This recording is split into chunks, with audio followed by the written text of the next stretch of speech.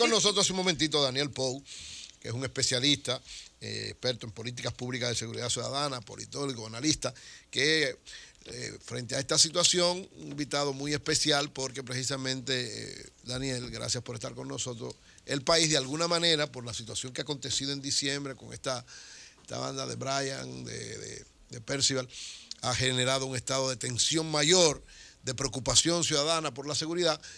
Y yo te decía fuera del aire que quería empezar la entrevista diciéndote, ayer el presidente se reunió con las Fuerzas Armadas, no estaba la policía, pero bueno, las Fuerzas Armadas, y aparentemente la preocupación fue un plan de seguridad ciudadana. Si el presidente te llamara ahora mismo, Daniel, ven acá, Daniel, echa para acá, siéntate aquí enfrente. ¿Cuáles son las características que debe tener un plan de seguridad ciudadana para, de alguna manera, enfrentar esta situación? ¿Qué le diría el especialista Daniel Pou? Sí. Primero quiero darle los buenos días a todo el público oyente y a los aquí amigos presentes y las gracias por invitarme a este medio que es tan escuchado. Gracias, hermano. En nuestro país.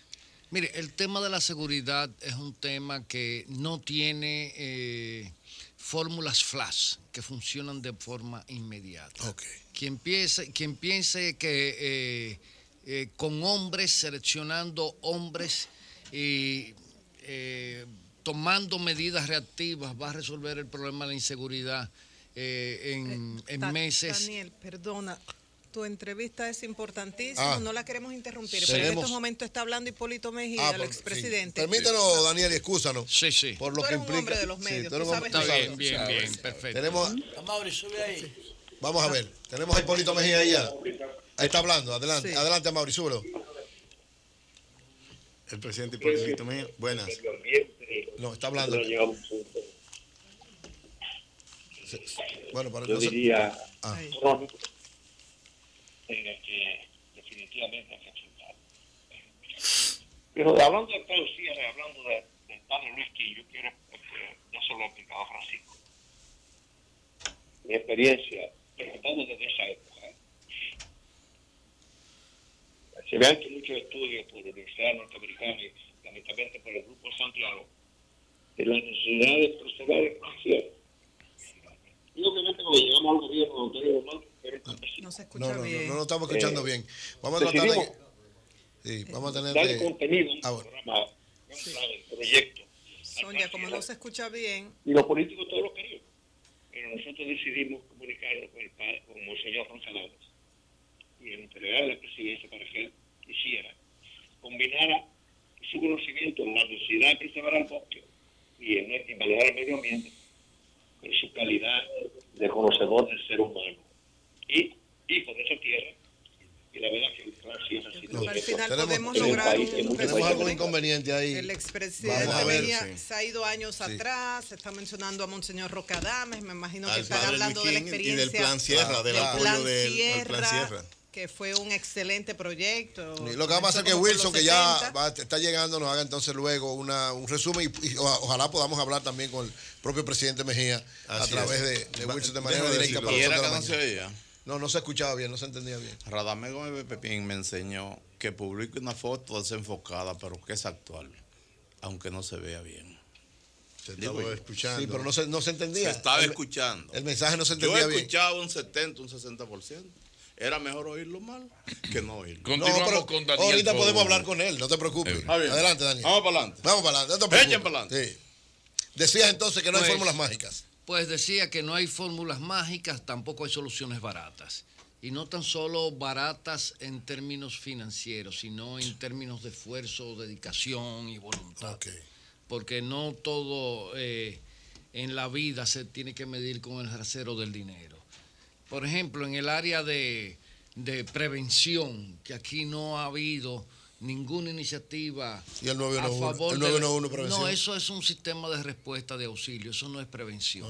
Eso no tiene que ver nada. ¿Cómo es con- la cosa? El Explícalo. sistema 911 no es un sistema de prevención, es un sistema de respuesta y auxilio. Sí. Pero eso no es Después de un ocurrido el hecho, Sí, Sí, mucho brinda el más de servicio. salud, el en Estado materia de salud. responde, o sea, viene un vehículo, tú vas cruzando la Tiradentes, te arrolla, viene una ambulancia y te recoge, Claro. y entonces esa es la función del sistema Excelente. 911. Daniel, excelente, y aunque sea un pero servicio para emergencia, Sí.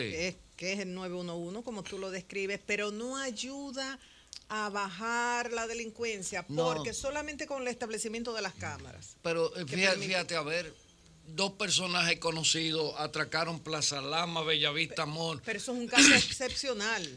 A los delincuentes no se persuade con cámara. Y no es yo he consultado. Y los atracos no son excepcionales, señores. Cruzando de Bellavista Mall. Pero supieron que son ellos por las cámaras. No, y quién sabe, pero perdóname. Aquí a Mildred la atracaron llegando al Canal 7. Sí. A Mildred. Sí. Frente a la lotería. Frente a la lotería. Cruzando de Bellavista Mall a la plaza, la plaza donde está el gimnasio, atracaron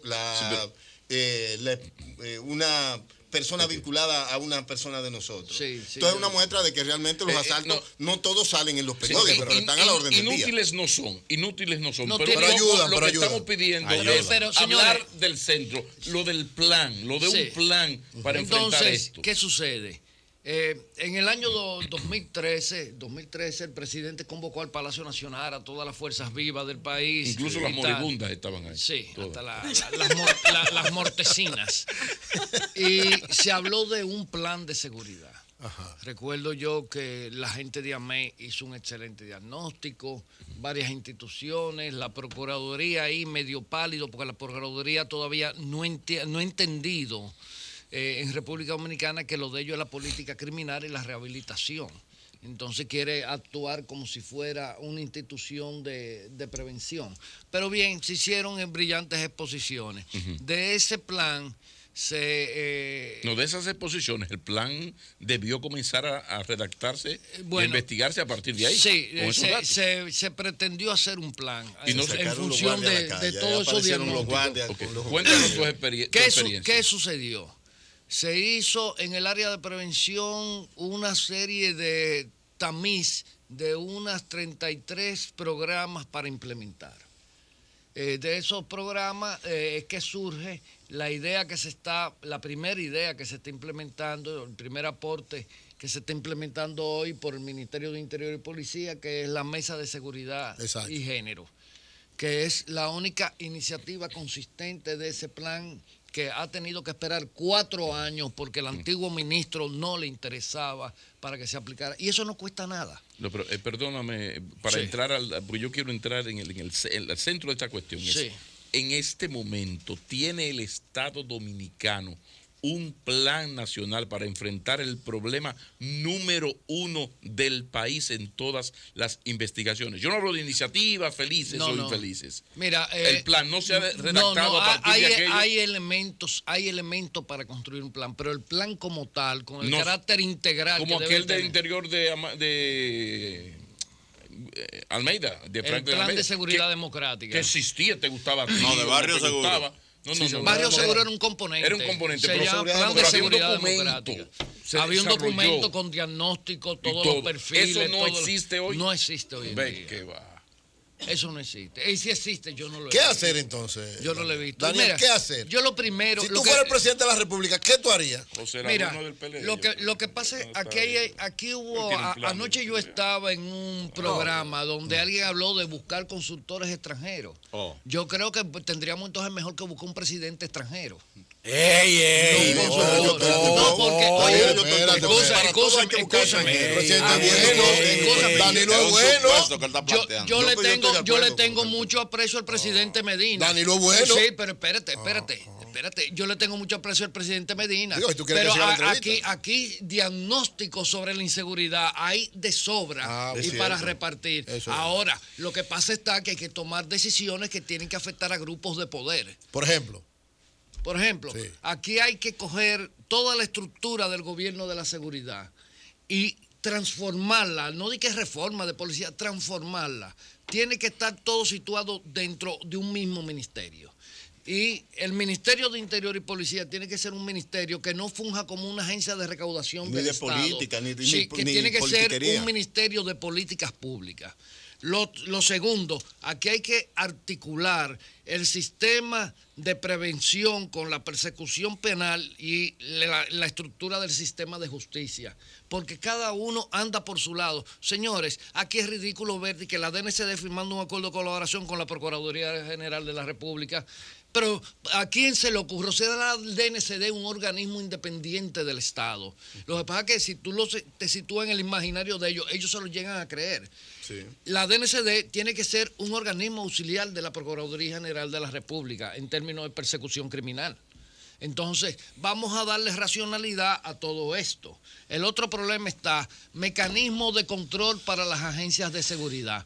No es posible que la policía tenga un mecanismo de control interno que sea dirigido por un subalterno del jefe de la policía. No, eso es imposible. Eso es como mandar la carne con el gato. La Dirección Nacional de Control de Drogas no tiene ningún mecanismo de control y supervisión tampoco interno. Claro. Y el otro tema es que hay que diferenciar lo que es seguridad nacional y lo que es seguridad ciudadana y lo que es defensa.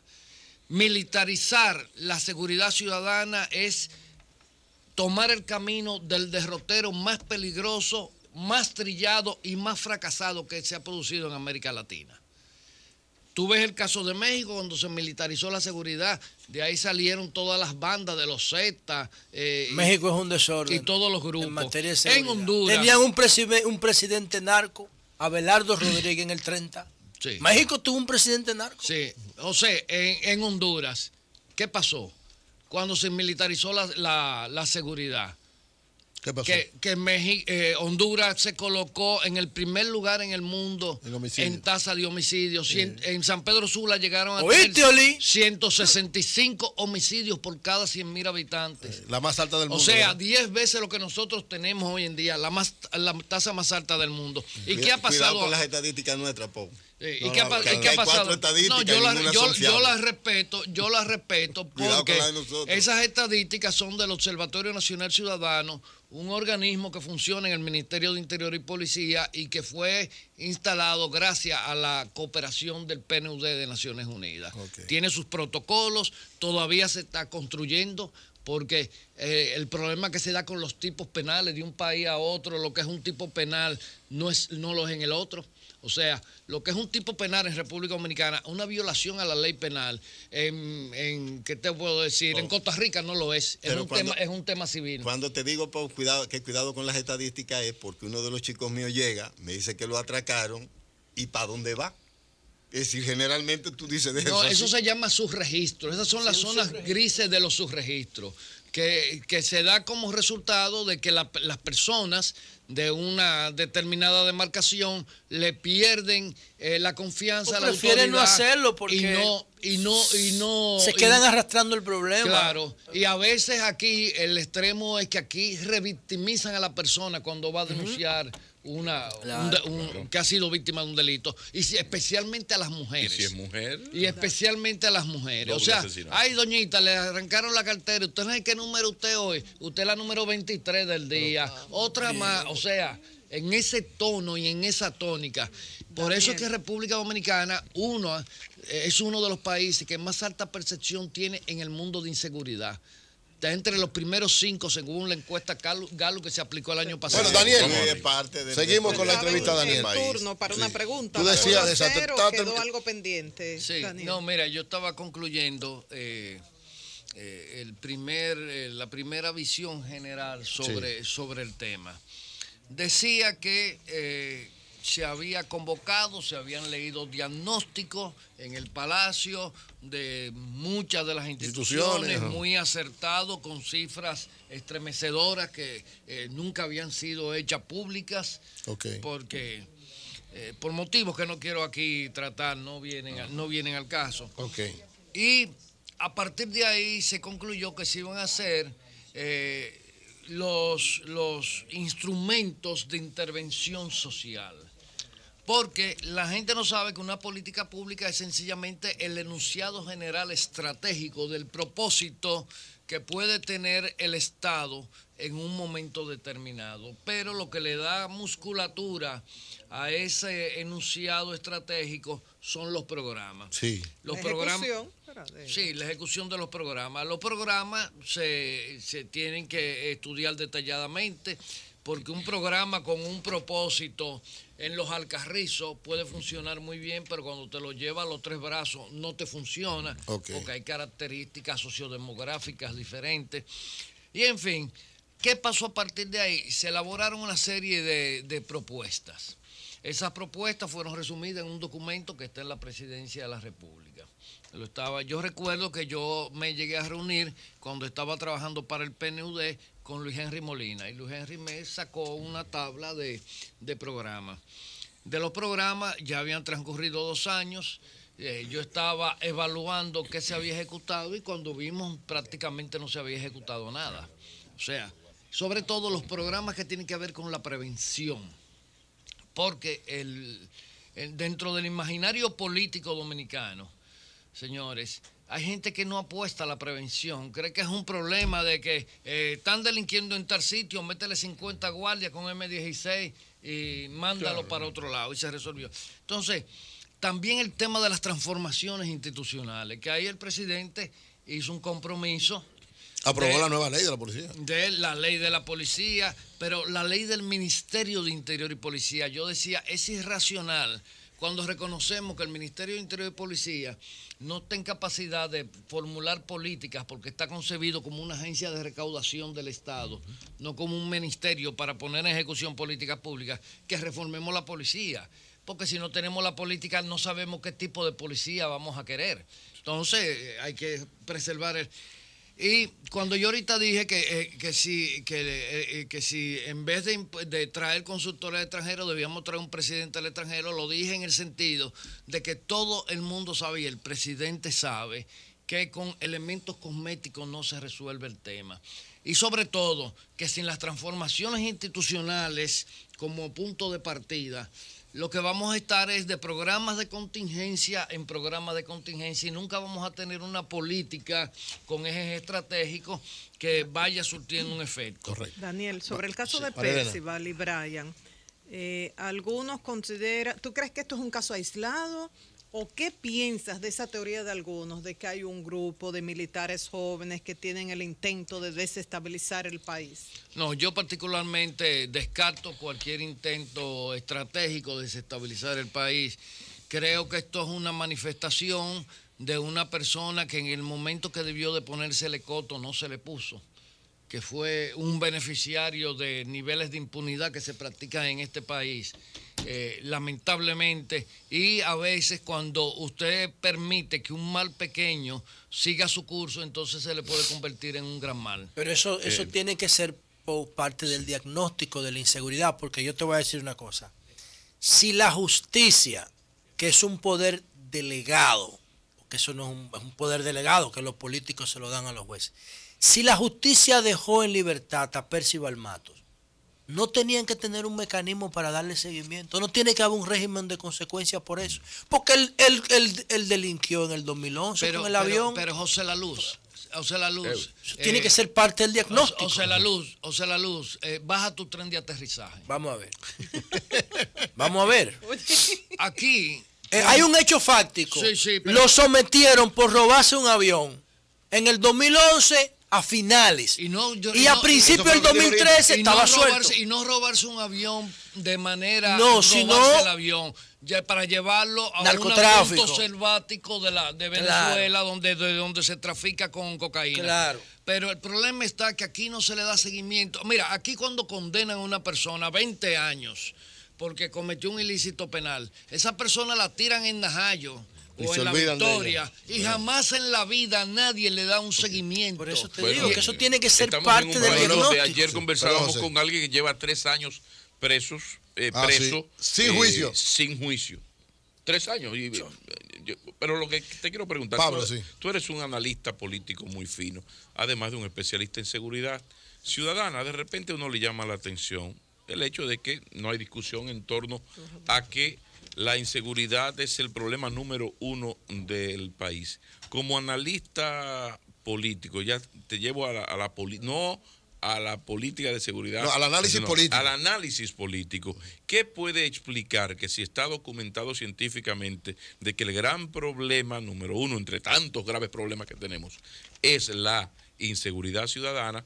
4 años y tanto después de gobierno de Medina y 12, casi 13 de gobiernos del PLD, pues resulta que hoy, ante esa realidad, no exista ese plan nacional bien pensado, teniendo todos los recursos humanos, intelectuales, técnicos para hacerlo y empeñado en hacer un buen gobierno, porque si no haces un buen gobierno, no ganas elecciones. Entonces, ¿qué explica esta situación? ¿Por qué hoy, ante esta realidad, no existe un plan bien elaborado por sociólogos, cientistas sociales, especialistas para enfrentar esto? Bueno, ¿Qué puede ser? Eso tiene una explicación bastante elemental. Uh-huh. Para usted elaborar un plan de seguridad, usted tiene que tener políticas sociales, políticas de inteligencia y políticas de impacto en términos de organismos de seguridad. O si no lo tienes en el plan, pones que hay que tenerlo. Hay que tenerlo. Entonces, si no existe, me estás diciendo que es más urgente aún. Si no existe eso que tú dices que no existe, entonces es más urgente en el plan. Ahora, pero oye, ¿cuál es el contexto? El problema es que para tú tener eso que yo te digo, ajá, tú tienes que cambiar o desplazar ejes de poder que medran en los organismos de seguridad del Estado Dominicano. Y entonces tienes que enfrentarte a grupos de poder fáctico. En la policía hay grupos de poder fáctico que no permiten que la policía cambie. No me estoy explicando bien, por eso repito la pregunta. Sí. Vamos a ver. Eso sería la crítica de caramba, ¿por qué el gobierno que gastó tantos millones de pesos, qué sé yo, el plan Jack Atalí, por el informe Atalí, el plan estratégico nacional, ahora criticamos que teniendo el plan Atalí, el plan Atalí, teniendo el informe, no se hagan cosas a partir de esto? La pregunta no es por qué no se están aplicando los mandatos de un plan, que sería la respuesta esa que me estás dando. Es porque, un poco como el cuento del puertorriqueño, ay mami, allántame aunque sea. O sea, ¿por qué no existe ni siquiera ese plan? Porque otra cosa es que no se aplique por no afectar, porque no pasa nada aquí nunca. Sí, bueno, mira, el plan, el plan no existe porque en República Dominicana casi no hay plan de nada. Cuando tú coges el Estado Dominicano, las instancias del Estado Dominicano que más responden más o menos a esquemas de políticas públicas son donde hay mucha alta incidencia de organismos internacionales, como en el área de salud pública.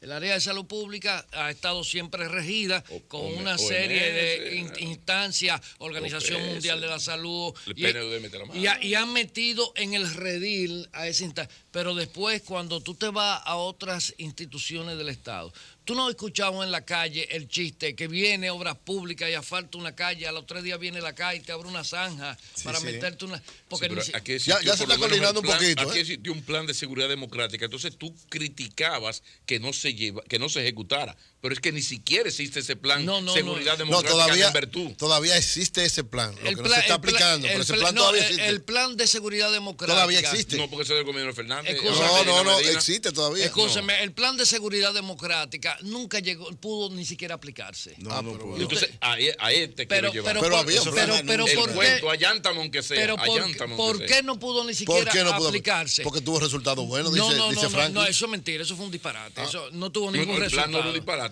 La aplicación no tuvo ningún resultado. ¿Por qué? Y los barrios seguros, y todos los barrios seguros. No, hombre, no. ¿Por qué no tuvo ningún resultado? Ahí están las estadísticas de criminalidad que te dicen que apenas pudieron bajar 2 puntos los homicidios. No, pero si aquí no hay autoridad para la contaminación sónica. Entonces... No. Pero si bajaron 2 puntos, bajaron bien. Espera, Pablo, en 2 puntos después de una inversión que es una cosa increíble. O sea, no se correspondió. No se correspondió. ¿Pero por qué? Porque tiene que haber un compromiso transversal a nivel del Estado Dominicano. De todo el mundo. Cuando el día que lanzaron el plan de seguridad democrática, estaba el ministro de Salud Pública, porque dentro de ese plan habían aspectos de salud pública. Claro. Estaba el ministro de Deporte, porque habían temas de deporte. Estaba el ministro de Educación, porque la educación es el fundamento, el pilar de la prevención. O sea, la gente no entiende que la prevención es un trabajo que hay que hacer. Desde que ese carajito de 5 años empiece a ir a la escuela, tú tienes que empezarle a desarmar ese instrumento de violencia que le va inyectando a la sociedad. Y la escuela es parte de eso. Pero ¿qué pasa? Que como a los demás ministros, ese plan ni le iba ni le venía, porque no lo colocaba en el vórtice del estrellato.